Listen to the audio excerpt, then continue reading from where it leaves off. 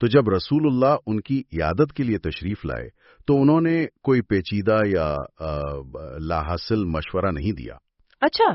بلکہ انہوں نے حضرت سعد کو اس وقت کے ماہر طبیب الحارث ابن قلادہ کے پاس بھیجنے کو کہا اور ایک نہایت مخصوص اور سادہ ہدایت کی. اور جہاں تک مجھے یاد آ رہا ہے وہ ہدایت یہ تھی کہ انہیں 7 اجوا کھجوریں ان کی گٹلیوں کے سمیت پیس کر دی جائیں. ہاں، گٹلیوں کے سمیت. اب یہاں آ کے نا میرا ذہن تھوڑا الجھ جاتا ہے. کھجور کھانا سمجھ آتا ہے لیکن گٹلیوں کے ساتھ پیس کر کھانا. عام طور پر گٹلی تو وہ حصہ ہے جسے انسان بیکار سمجھ کر پھینک دیتا ہے. اس میں ایسی کیا کشش تھی؟ اور یہی وہ نقطہ ہے جہاں قدیم طب اور جدید سائنس کا ایک خوبصورت سنگم ہوتا ہے. سائنس اب ہمیں بتاتی ہے کہ اجوا کھجور کی گٹلیاں صرف کچرا نہیں ہیں. واقعی؟ ان گٹلیوں کے اندر ڈائٹری فائبر، پولیفینولز اور نہایت طاقتور اینٹی آکسیڈنٹس جیسے فلیونوائڈز اور فینولک ایسڈز کی بھاری مقدار موجود ہوتی ہے. اس کے علاوہ ان میں اولک ایسڈ ہوتا ہے. اوہ واو! جب جدید فارماکولوجی اس کا تجزیہ کرتی ہے نا تو پتہ چلتا ہے کہ یہ مخصوص کمپاؤنڈز دل کی نالیوں میں آکسیڈیٹو سٹریس اور انفلیمیشن یعنی سوجن کو کم کرنے میں بے حد مفید ہیں. صحیح، یعنی انہوں نے کوئی ایسی ہوائی بات نہیں کی تھی. نسخہ نہیں دیا تھا. انہوں نے ایک نہایت مخصوص بوٹینیکل کمپاؤنڈ تجویز کیا تھا جو بالکل اس بیماری کو نشانہ بناتا تھا. گٹلی کو پیسنے کی ہدایت اس بات کا ثبوت ہے کہ اس سخت کھول کے اندر اصل کیمیا بند ہے. زبردست. لیکن اگر یہ نسخہ اتنا ہی آسان، سستا اور دل کی بیماریوں کے لیے اثردار تھا تو یہ ہمارے باورچی خانوں سے غائب کیوں ہو گیا؟ یہ ایک بہت اہم سوال ہے. آج کے دور میں جہاں لوگ دل کے علاج پر لاکھوں روپے خرچ کرتے ہیں وہاں ایک سادہ سی کھجور کی گٹلی کو کیوں فراموش کر دیا گیا؟ کیونکہ وقت کے ساتھ جدید میڈیسن اور سنتھیٹک فارماسیوٹیکلز نے ہماری توجہ پوری طرح اپنی طرف کھینچ لی نا. لوگ آسان اور فطری اجزاء کو معمولی سمجھنے لگے. یہ تو ہے. یہ ایک نفسیاتی مسئلہ بھی ہے کہ جس علاج میں پیچیدگی یا بھاری قیمت شامل نہ ہو انسان اسے اثرداری نہیں سمجھتا. ہاں، مہنگی دوائی زیادہ ٹھیک لگتی ہے لوگوں کو. بالکل. اور سب سے بڑی وجہ یہ تھی کہ ان نسخوں کو ان کی اصلی حالت میں بنانا اور محفوظ رکھنا دشوار تھا. جب بانی نے اس نسخے کو ڈھونڈنا شروع کیا تو ان کے سامنے یہی حقیقت آئی کہ کتابوں میں پڑھنا ایک بات ہے اور پریکٹیکلی اس چیز کو ڈھونڈ کر لانا بالکل الگ دنیا ہے. اس پریکٹیکل مشکل کا اندازہ مجھے اس بات سے لگ رہا ہے کہ انہوں نے پورے ہندوستان کے بازاروں، امپورٹرز اور فوڈ ٹریڈ سے منسلک بڑے بڑے ہول سیلرز کی چھان بین کی لیکن انہیں اصل اور خالص چیز کہیں نہیں ملی. کہیں بھی نہیں. اصلی اجوا کھجور ڈھونڈنا ہی اپنے آپ میں ایک عذاب تھا. اس پر مزید یہ کہ گٹلیوں کے ساتھ پسی ہوئی کھجور، اس کا تو تصور ہی کسی کے پاس نہیں تھا کیونکہ گٹلی کو پیسنا کوئی آسان کام تو ہے نہیں نا. ہاں، اس کی سختی کسی پتھر سے کم نہیں ہوتی. اسے عام بلینڈر میں نہیں پیسا جا سکتا. اس کے لیے نا ایک مخصوص انڈسٹریل پریشر اور طریقہ کار چاہیے ہوتا ہے تاکہ گرمی اور فرکشن کی وجہ سے اس کے اندر کے فوائد ضائع نہ ہو جائیں. صحیح. تو وہاں آ کر تو کسی بھی عام تاجر یا جذباتی شخص کا حوصلہ ٹوٹ جانا چاہیے تھا. جب کسی چیز کا آسان حل موجود نہ ہو اور پوری سپلائی چین آپ کے خلاف ہو تو لوگ اکثر واپس اپنے پرانے اور آسان کاروبار کی طرف لوٹ جاتے ہیں. یہی تو بات ہے. تحقیق میں یہ بھی واضح ہے کہ ایک وقت آیا جب وہ شدید مایوسی کا شکار ہو گئے تھے لیکن انہیں بار بار حضرت سعد کی اس آسان شفا کا خیال لوکتا رہا. یعنی انہوں نے ہار نہیں مانی؟ بالکل نہیں. اس خیال نے انہیں اس بات پر مجبور کر دیا کہ اگر یہ نسخہ پورے ملک میں کسی کے پاس نہیں ہے نا تو وہ خود اسے اس کی جنم بھومی سے لے کر آئیں گے. یہ وہی مقام ہے جہاں تھیوری اور پریکٹس آپس میں ٹکراتے ہیں. انہوں نے آخرکار خود سعودی عرب کا سفر کرنے کا فیصلہ کیا. سیدھا ان باغوں اور ان فارم ہاؤسز کا رخ کیا جہاں یہ حدیث وقوع پذیر ہوئی تھی. اور یہ کوئی عام سفر نہیں تھا. ہاں، انہیں جاننا تھا کہ کون سی زمین ہے، مٹی کہاں کی ہے اور آتھینٹک اجوا کا سفر درخت سے ٹوٹنے کے بعد کیسا ہوتا ہے. یہ تو ایک انڈیانی جونز جیسی خزانے کی تلاش بن گئی نا. ہاں، آپ کہہ سکتی ہیں. سفر کی اس مشکل کو سمجھیں تو اندازہ ہوتا ہے کہ ان کا مقصد محض کھجوریں لا کر بیچنا نہیں تھا. انہیں سپلائی چین کا مکمل کنٹرول چاہیے تھا. صحیح. وہ اس بات کو یقینی بنانا چاہتے تھے کہ اجوا کھجور اور اس کی گٹھلی اسی مخصوص جگہ سے آئے اور بغیر کسی کراس کنٹامنیشن کے ان کی فیکٹری تک پہنچیں. یہ صرف تجارت نہیں تھی، یہ ایک بھولی ہوئی روایت کی دوبارہ بنیاد رکھنے جیسا تھا۔ لیکن اتنی لمبی جد و جہد کے بعد جب وہ یہ اوتھینٹک اجزاء واپس لائے تو سوال یہ پیدا ہوتا ہے کہ آگے کیا؟ اصلی سامان ہاتھ میں آ جانا منزل نہیں ہوتی، اسے عام انسان کی روزمرہ زندگی میں شامل کرنا اصل کامیابی ہے۔ بالکل، اور تب انہوں نے شفائے اجوا پیسٹ کی تخلیق کی، ایک ایسی پروڈکٹ جس میں صرف اجوا اور اس کی گٹلی کا پاؤڈر ہی نہیں بلکہ اسے ایک مکمل روحانی اور جسمانی ڈوز بنانے کے لیے کلونجی، شہد اور زعفران بھی شامل کیا گیا۔ اچھا، یعنی ایک مکمل معجون جیسا۔ ہاں، مقصد یہ تھا کہ لوگ اسے دوائی سمجھ کر نہیں بلکہ اپنے دسترخوان کا لازمی حصہ سمجھ کر استعمال کریں۔ زبردست۔ اور ان کا یہ ویژن صرف ایک پروڈکٹ تک محدود نہیں رہا، انہوں نے سمجھ لیا تھا کہ روحانی طب صرف دل کی بیماریوں کے لیے نہیں ہے، یہ انسانی جسم کے ہر مسئلے کا حل رکھتی ہے۔ مثال کے طور پر انہوں نے سنن ابن ماجہ میں بیان کردہ ایک اور حدیث پر تحقیق کی۔ وہ کون سی حدیث تھی؟ حضرت ام سلمہ رضی اللہ عنہا بیان کرتی ہیں کہ ان کے دور میں خواتین اپنے چہروں پر ورس لگاتی تھیں تاکہ جھائیوں یعنی فریکلز اور بلیمشز کا اثر زائل کر سکیں۔ اب یہاں ایک نیا لفظ آیا ہے، ورس۔ عام سننے والوں کے ذہن میں لامحالہ یہ سوال اٹھے گا کہ یہ ورس آخر بلا کیا ہے؟ کیا یہ کوئی پتھر ہے، کوئی بوٹی ہے یا آج کے دور کا کوئی کیمیکل ہے؟ ورس دراصل ایک بوٹینیکل کمپاؤنڈ ہے۔ یہ ایک پیلے اور سرخ رنگ کا مخصوص پاؤڈر ہوتا ہے جو ایک پودے سے حاصل کیا جاتا ہے۔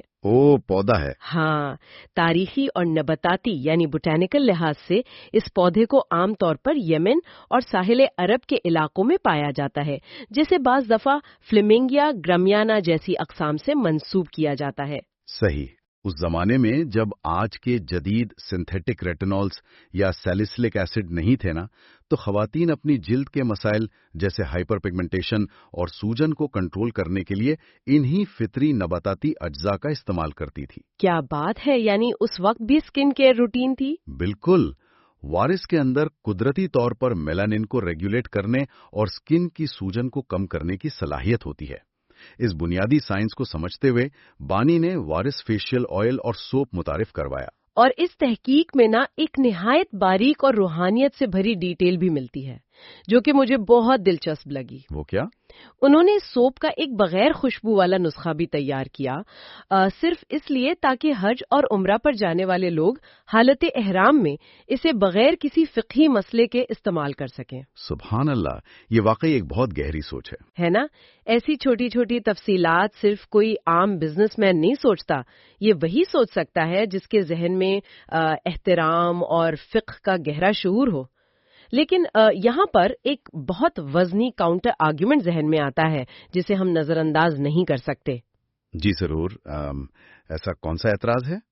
دیکھیں، جب آپ دین، امور عقائد اور روحانی طب کو ایک کمرشل برانڈ بنا کر خوبصورت پیکیجنگ میں ڈال کر بیچتے ہیں تو کیا اس عمل سے ان نسخوں کی خالص روحانیت ختم نہیں ہو جاتی؟ یہ بالکل ایسا ہے جیسے زمزم کے پانی کو عام پلاسٹک کی بوتلوں میں ڈال کر کسی بڑی دکان پر بیچنا شروع کر دیا جائے۔ پانی کی اپنی ایک تقدس اور روحانیت ہے، لیکن جس وقت وہ اس سپلائی چین اور منافع کے چکر میں آتا ہے نا، تو وہاں عام عوام کو شبہ ہونے لگتا ہے۔ صحیح بات ہے۔ تو بانی اس کمرشلزم اور پیور خدمت کے درمیان توازن آخر کیسے برقرار رکھتے ہیں؟ یہ اعتراض واقعی بہت اہم ہے اور اس تحریک پر اکثر اٹھایا بھی جاتا ہے۔ آپ کی زمزم کی مثال بہت مناسب ہے۔ پانی مقدس ہے، لیکن اس پانی کو محفوظ رکھنے والی بوتل، اس کو جہاز پر رکھ کر لانے کا خرچ اور ملاوٹ سے بچانے کا نظام، ہاں، وہ سب مفت تو نہیں ہوتا۔ بالکل، یہ سب لاجسٹیکل چیزیں ہیں جن کے لیے ایک دنیاوی سسٹم اور سرمایہ ضروری ہوتا ہے۔ بانی کی بنیادی فلسفی اس بارے میں نہایت واضح ہے۔ ان کے نزدیک یہ صرف ایک منافع کا کاروبار نہیں ہے، بلکہ یہ دعویٰ اور حفاظت کا ایک ذریعہ ہے۔ یعنی اسے محفوظ کرنا مقصد ہے۔ ہاں، اگر آپ ان نسخوں کو سٹینڈرڈ کمرشل طریقے سے لوگوں تک نہیں پہنچائیں گے نا، تو لوگ سڑک کنارے بکنے والے نقلی اور ملاوٹ شدہ اجزاء خریدنے پر مجبور ہوں گے۔ اصل میں اس روایات کو تباہ ہونے سے بچانا ہے۔ یہ بانی کی فلسفی کو اور واضح کرتا ہے۔ وہ مانتے ہیں کہ بیماری اور علاج دونوں تخلیق کرنے والے کی طرف سے ہیں۔ بالکل صحیح۔ صحیح البخاری کی حدیث کے حوالے سے کہ کوئی بیماری ایسی نہیں اتاری جس کا علاج نہ ہو۔ بانی سمجھتے ہیں کہ نسخے اور دوائیاں صرف اور صرف ایک ذریعہ یا اسباب ہیں، ان میں خود سے کوئی جادو نہیں چھپا۔ یہی اسباب اور توکل کا فرق ہے جسے سمجھنا بہت ضروری ہے۔ پروفیٹک ریمیڈیز کی بنیاد اس فکر پر کھڑی ہے کہ شفا کی گارنٹی کوئی پروڈکٹ نہیں دے سکتا۔ شفا تو اللہ کے ہاتھ میں ہے۔ ہاں، شفا کسی دوسری جگہ سے آتی ہے۔ ان کا مقصد صرف ان اسباب کو بہترین، خالص اور آتھینٹک حالات میں میسر کرنا ہے۔ بانی بار بار اس بات کی طرف توجہ دلاتے ہیں کہ علاج ڈھونڈنا، ڈاکٹرز کے پاس جانا، بہترین اسباب کو اپنانا، یہ سب توکل یعنی اللہ پر بھروسے کے خلاف نہیں ہے، بلکہ علاج کی جستجو کرنا ہی توکل کا ایک بنیادی حصہ ہے۔ بالکل۔ اسے اگر عام روزمرہ زندگی کی مثال سے سمجھا جائے نا تو یہ بالکل تیزی سے گاڑی چلاتے وقت سیٹ بیلٹ باندھنے جیسا ہے۔ جب کوئی سیٹ بیلٹ باندھتا ہے تو وہ حفاظت کا پورا اسباب اختیار کر رہا ہوتا ہے، یہ اس کا عمل ہے، اس کا ایکشن ہے۔ صحیح۔ لیکن اس کا آخری بھروسہ اور توکل اسی بات پر ہوتا ہے کہ کسی حادثے کی صورت میں جان بچانے والی ذات اوپر والے کی ہے۔ سیٹ بیلٹ محض ایک فطری اور دنیاوی ذریعہ ہے۔ اسی طرح یہ کھجور کی گٹھلیاں اور ورز جیسی باٹی ایک بہترین سیٹ بیلٹ ہے جسے خود فطرت نے ڈیزائن کیا ہے۔ بالکل، بہت ہی مناسب مثال دی آپ نے۔ یہاں آ کر نا سائنس اور سنت کا فرق بھی سامنے آ جاتا ہے۔ بانی اکثر فرماتے ہیں کہ سائنس کا کام صرف یہ بتانا ہے کہ یہ نسخے کیسے کام کرتے ہیں۔ اچھا۔ سائنس ہمیں بتاتی ہے کہ فلیونوائڈز دل کی سوجن کو کیسے کام کرتے ہیں، یا بورسیکس کا کیمیکل سٹرکچر جلد کے میلانن کو کیسے روکتا ہے، لیکن سائنس یہ نہیں بتا سکتی کہ کیوں ایک شخص ان کو استعمال کرنے سے اندرونی اطمینان محسوس کرتا ہے۔ واقعی یہ تو ایک روحانی کیفیت ہے۔ سنت ہمیں سکھلائی ہے کہ ان اسباب میں برکت کہاں سے آتی ہے اور انہیں کس نیت سے استعمال کرنا چاہیے۔ یہی وجہ ہے کہ انہوں نے امانہ کو اپنی کمپنی کا اصول بنایا۔ ان کے مطابق نیت کا خالص ہونا ضروری ہے، کیونکہ اعمال کا دار و مدار نیتوں پر ہی ہوتا ہے۔ ان ساری باتوں کا خلاصہ کیا جائے نا تو آج کے اس جائزے میں یہ واضح ہوتا ہے کہ قیمتی پتھروں کی ملاوٹ کو پکڑنے والی ایک ذہنیت نے جب خالص اور اصلی روحانی علاج کو ڈھونڈنا شروع کیا تو ایک نیا دریا کھل گیا۔ بالکل ایسا ہی ہے۔ کیسے ایک عام سی دکھنے والی حدیث جسے لوگ شاید روزانہ پڑھ کر گزر جاتے تھے، اس نے ایک شخص کو ہزاروں میل کا سفر کرنے پر مجبور کر دیا۔ پروفیٹک ریمیڈیز ایک کاروبار سے زیادہ ایک جد و جہد کا نام بن گیا، جہاں اللہ پر بھروسہ اور ٹھیک ٹھیک فطری اسباب کا خوبصورت سنگم پیش کیا گیا۔ اور اس تحقیق اور سفر سے نکلنے والا سب سے بڑا سبق یہ ہے کہ ہمارا اپنا ورثہ انتہائی امیر اور حکمت سے بھرا ہوا ہے۔ ہم جس حل کے لیے دنیا بھر کی لیبارٹری اور مہنگے ترین کلینک کا رخ کرتے ہیں نا، بعض اوقات وہ حل اتنا ہی سادہ ہوتا ہے جتنا کہ کھجور کی ایک بے جان لگنے والی گٹھلی۔ صحیح بات ہے۔ ضرورت بس اس بات کی ہے کہ انہیں ٹھیک سائنس اور ٹھیک نیت دونوں کے ساتھ جوڑا جائے۔ اور اسی سوچ کے ساتھ ہم آج کی اس دلچسپ گفتگو کو آخری مقام تک لاتے ہیں، لیکن اس سے پہلے کہ بات ختم ہونا، اس پورے سفر کو دیکھتے ہوئے انسان ایک بہت گہرے سوال پر رکنے پر مجبور ہو جاتا ہے۔ سننے والوں کے لیے سوچنے کی بات ہے کہ اگر محض 1400 سال پرانی ایک عام سی لگنے والی حدیث کو حقیقت میں پڑھنے، اس کے سائنس کو سمجھنے اور اس پر کامل یقین کرنے سے شفا کا اتنا بڑا اوتھینٹک اور عظیم سپلائی چین کا سلسلہ وجود میں آ سکتا ہے، تو ذرا سوچئے ہمارے اپنے گھروں میں، لائبریریز میں، تحقیق اور روحانیت کی ان دھول بھری کتابوں میں ایسے اور کتنے ہزاروں انمول اور آسان نسخے خاموشی سے دفن ہوں گے۔ ایسے کون کون سے بوٹینیکل خزانے ہوں گے جو کسی جدید تحقیق اور کسی سنجیدہ شخص کی توجہ کے منتظر ہیں۔ ان ہزاروں بھولے ہوئے نسخوں کو واپس ہماری اس تیز رفتار اور بیمار زندگی کا حصہ بننے کے لیے اب مزید کتنے لوگوں کی سنجیدگی اور جد و جہد کی ضرورت ہے؟ یہ ایک ایسی فکر ہے جو واقعی بہت گہرا غور و فکر مانگتی ہے۔